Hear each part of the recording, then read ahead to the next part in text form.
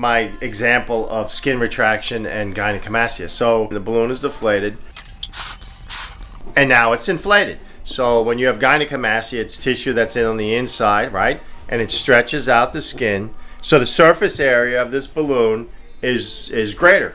It's like your chest is bigger, right? So when you think about it, I'm removing all the tissue, also known as air, out of your chest.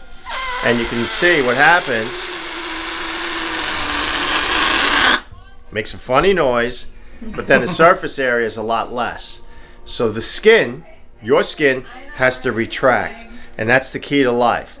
This is what makes success, or wrinkles or creases or something like that. So on those people that have big chest, fair skin, or poor skin, you really got to work your skin so that it goes back as best possible. And I hope this analogy sort of helps